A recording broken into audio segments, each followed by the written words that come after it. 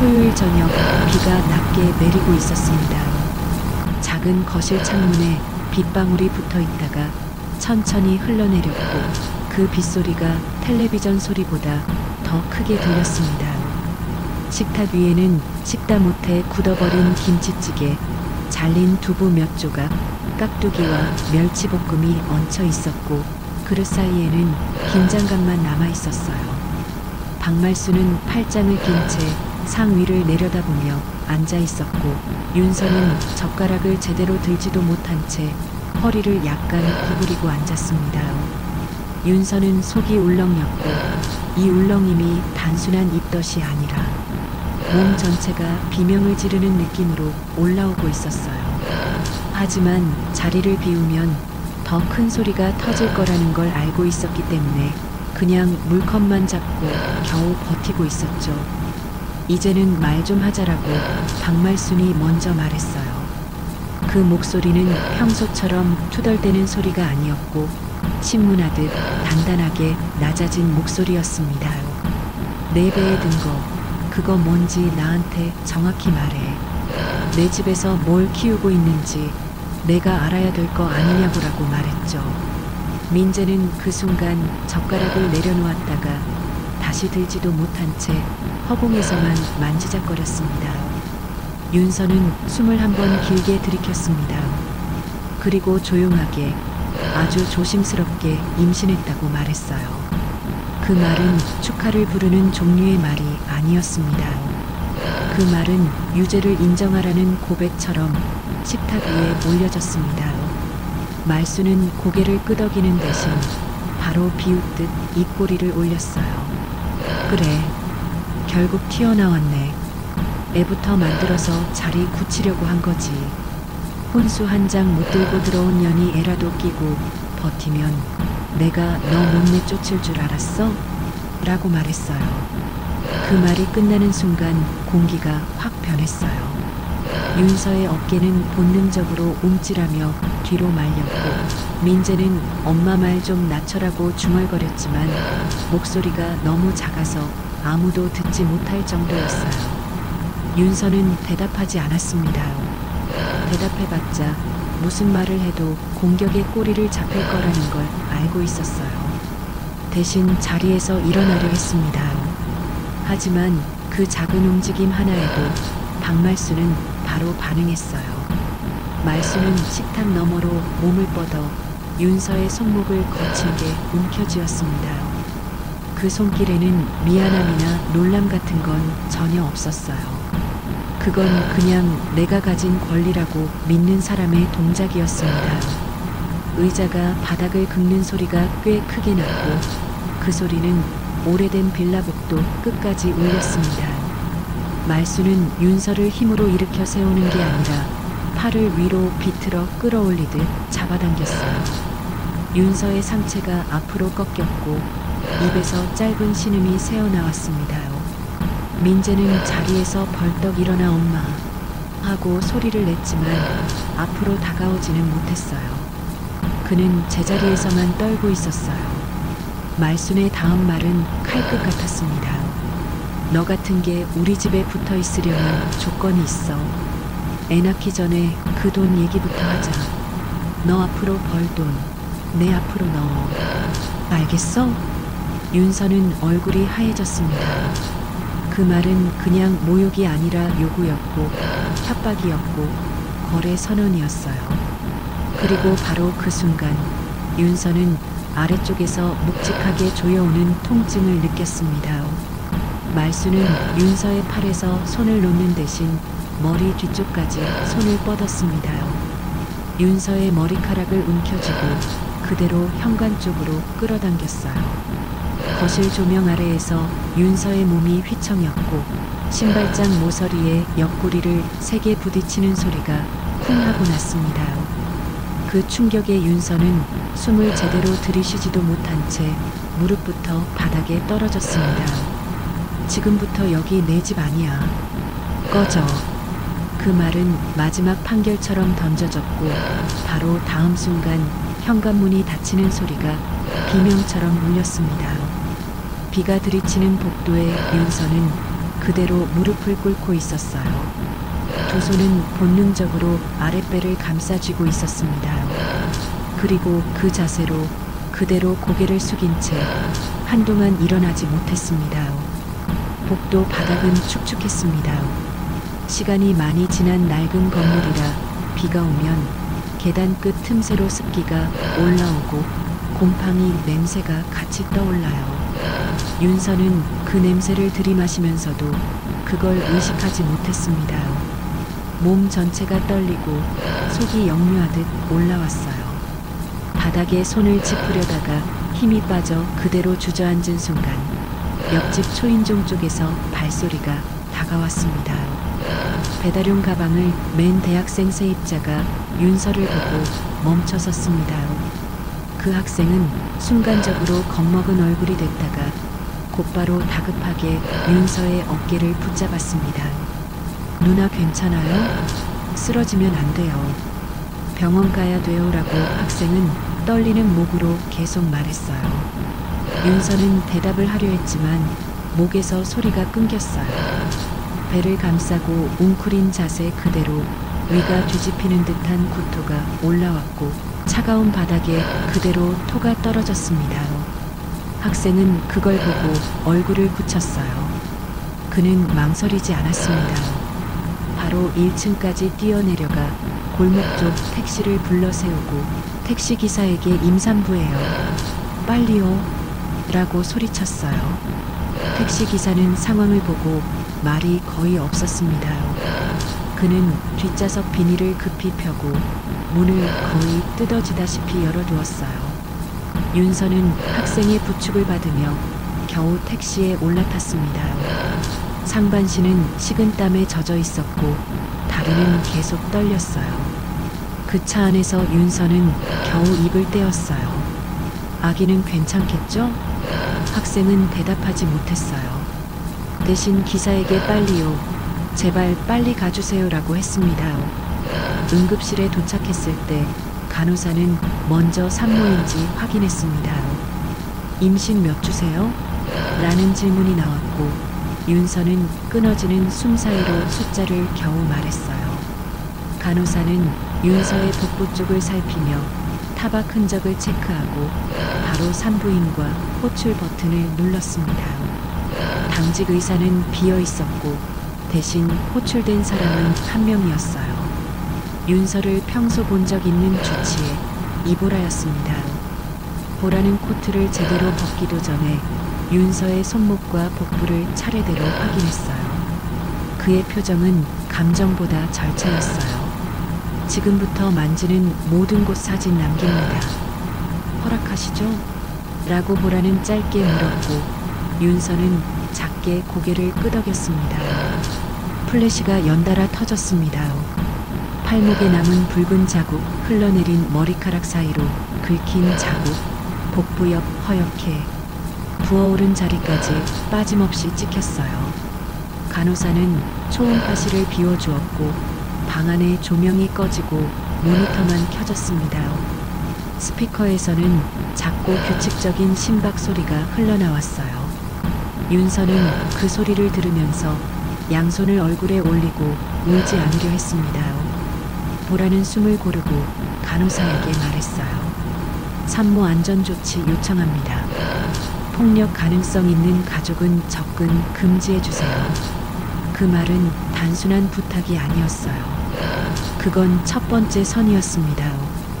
그 선 안쪽에 윤서와 아이를 넣고 바깥을 잠그겠다는 의지였어요. 윤서는 누운 채로 휴대폰을 꺼냈습니다. 그리고 단 하나의 번호를 눌렀어요. 아빠, 저 이제 못 참겠어요. 도와주세요. 그 목소리는 울음보다 낮았고 떨림보다 단단했어요. 그건 살려달라보다 끝내겠다에 가까운 말이었습니다. 윤강호는 통화를 끝내자마자 사무실 불부터 켰습니다.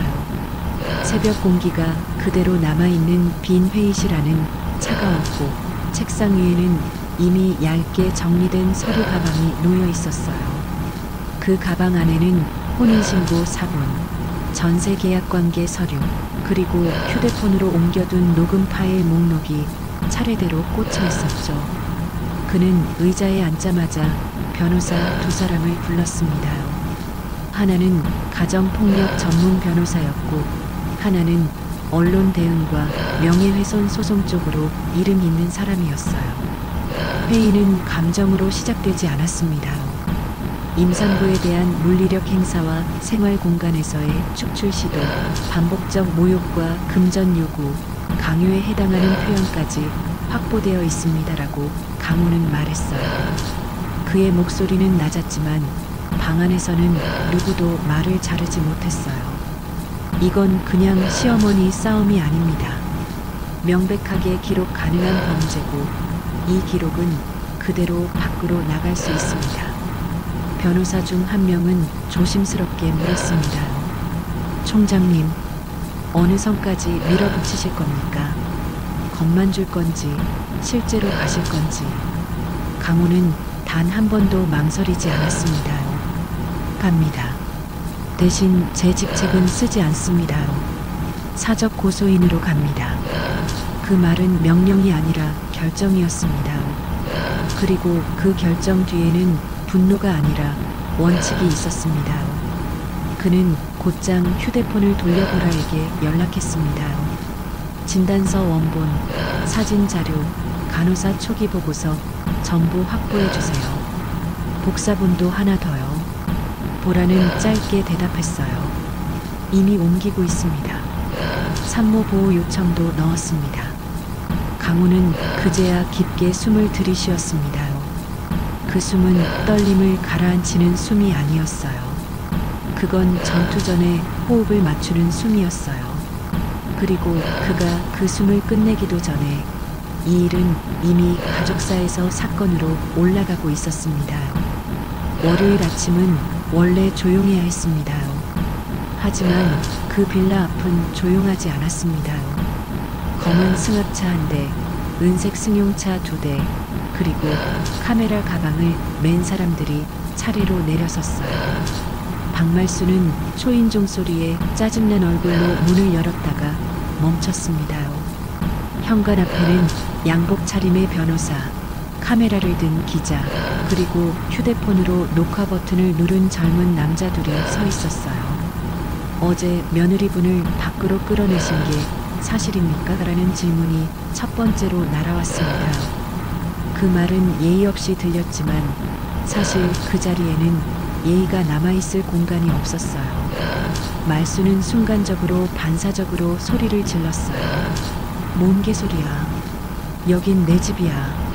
내 집에서 내가 누구를 내보내든 내 마음이지. 당신들이 뭔데 끼어들어? 기자는 바로 대받았습니다.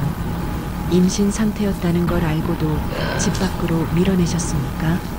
그 장면 혹시 복도 CCTV로 확인해도 될까요? 말순의 얼굴 근육이 굳었습니다. 그 표정은 몰랐다라고 말하고 싶지만 이미 거짓말이 늦었다는 걸 스스로 아는 얼굴이었어요. 변호사는 옆에서 아주 또렷하게 말했어요. 현재 상해죄, 가정폭력처벌법 위반, 강요에 의한 퇴거 시도 건으로 고소가 접수되었습니다. 공식 통지드립니다. 민재는 출근 가방을 들고 복도에 나왔다가 그대로 얼어붙었습니다. 카메라가 민재 쪽으로 돌아갔고 민재는 당황해서 손을 들며 말했다고 했습니다요. 전 그냥 말리려고 했어요. 상황이 좀 과장된 거예요. 변호사는 그 자리에서 조용히 정정했습니다. 현장에 계셨고 말리지 않으셨습니다. 그건 이미 확보된 영상에도 나옵니다.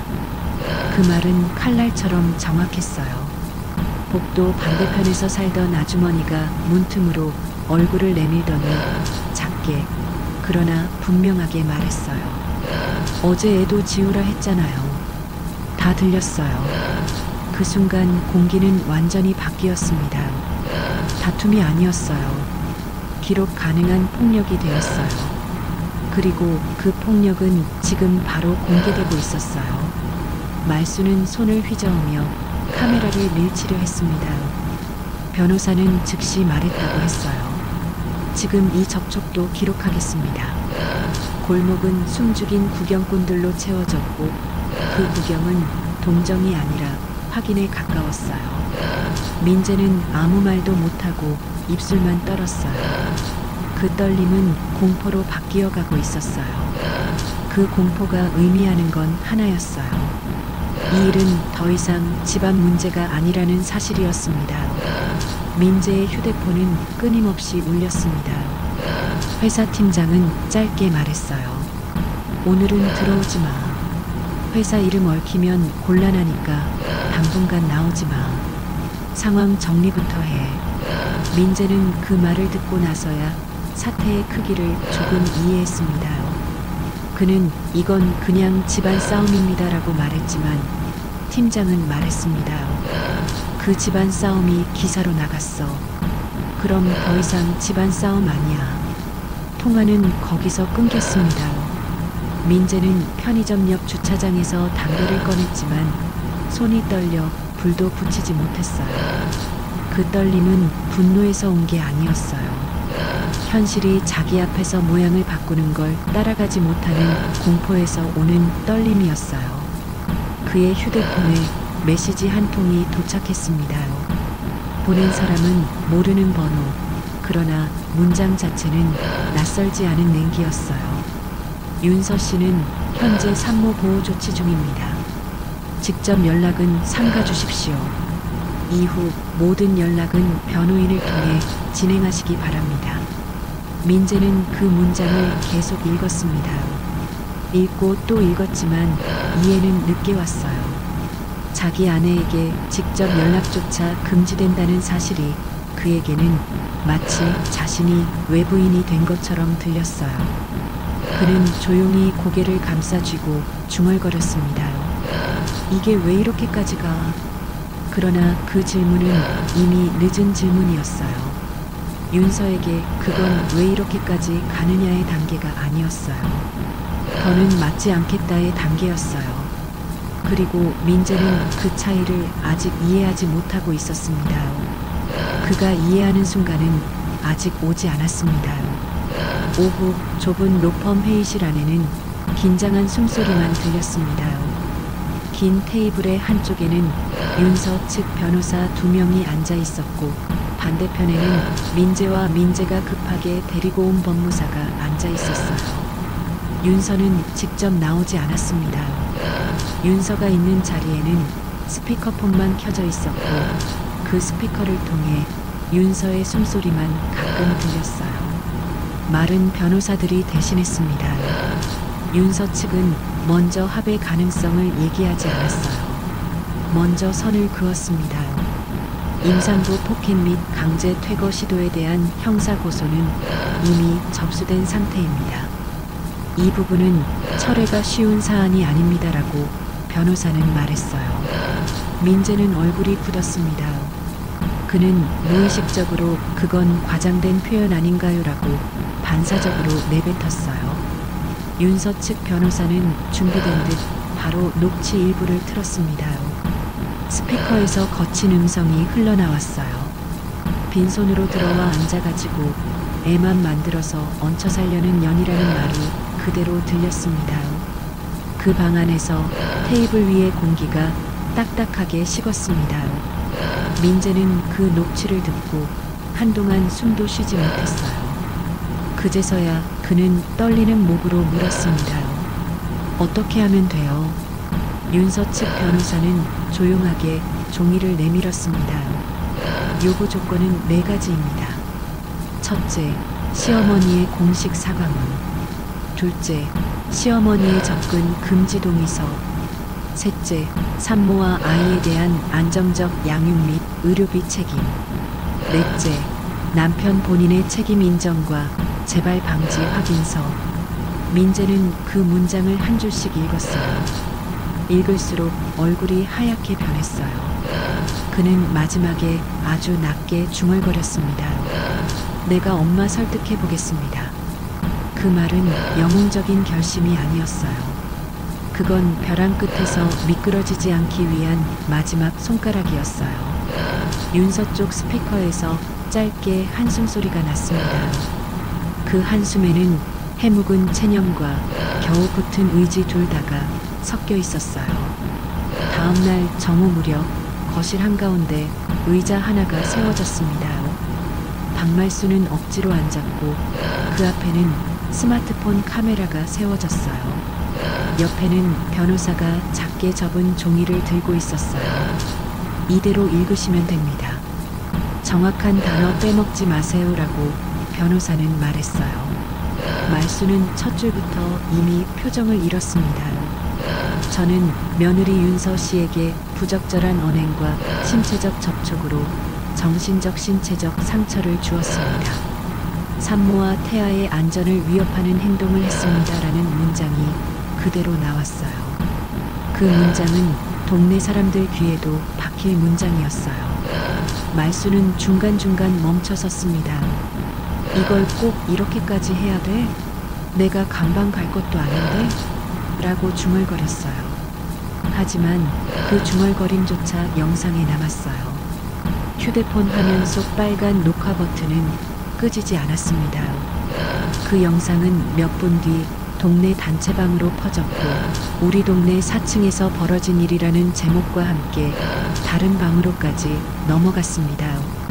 같은 시각 민재는 회사 사무실에 부르지도 못한 상태로 메신저에서 통보를 받았습니다.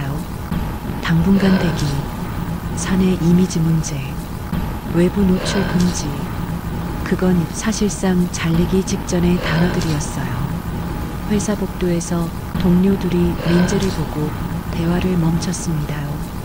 한 명은 민재를 흘낏 보고 입을 다물었고 다른 한 명은 고개를 돌렸어요. 민재는 그 침묵이 무엇을 의미하는지 알았습니다. 그는 집으로 돌아와 말했습니다. 엄마, 이제 그만해. 더 가면 진짜 위험해. 엄마도 나도 끝이야. 그의 목소리는 애원과 협박 사이에 서 있었어요. 박말수는 아들을 봤습니다. 그녀는 그 눈빛을 처음 봤어요.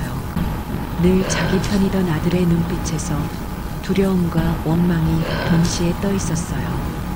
그 순간 그녀는 아주 잠깐 아무 말도 하지 못했습니다요. 그 침묵이 그녀 인생에서 처음으로 찾아온 후퇴였습니다. 며칠 뒤 병원 산부인과 대기실은 조용했어요. 하얀 조명 아래에서 윤서는 의자에 앉아 배를 감싸 안고 숨을 고르고 있었습니다. 의사는 검진 결과를 설명했어요. 아기 심장 소리 안정적입니다. 지금은 잘 지키고 계십니다. 스트레스 조절이 중요해요라고 했습니다. 윤서는 가볍게 고개를 끄덕였어요. 그 고개 끄덕임에는 안도도 있었지만 아직 완전히 안심하지 못한 긴장도 남아있었어요. 보라는 옆에서 진료 일정을 달력에 적어주며 말했어요. 이제는 내 일정이 우선이에요. 다른 건 다 끊어도 돼요. 윤강호는 복도 끝 기둥에 등을 기대고 조용히 두 사람을 지켜보고 있었습니다. 그는 한 손에 서류 가방을 들고 있었고 그 안에는 합의서 초안과 접근금지 동의서, 양육과 의료비 책임 확인서까지 이미 준비되어 있었어요. 그 서류들은 단순히 싸움의 흔적이 아니었어요. 그건 앞으로 아이가 살게 될 환경을 정의하는 벽돌들이었어요. 윤서는 진료실 문 앞에서 배 위에 손을 얹었습니다. 입술이 아주 작게 움직였어요. 아무도 너한테 손 못 대게 할 거야. 이제부터는 내가 지켜. 그 말은 다짐이자 명령이었습니다.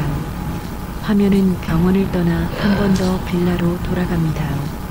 거실엔 더 이상 TV 소리도 밥 냄새도 없었어요. 박말수는 텅 빈 방에 서 있었습니다.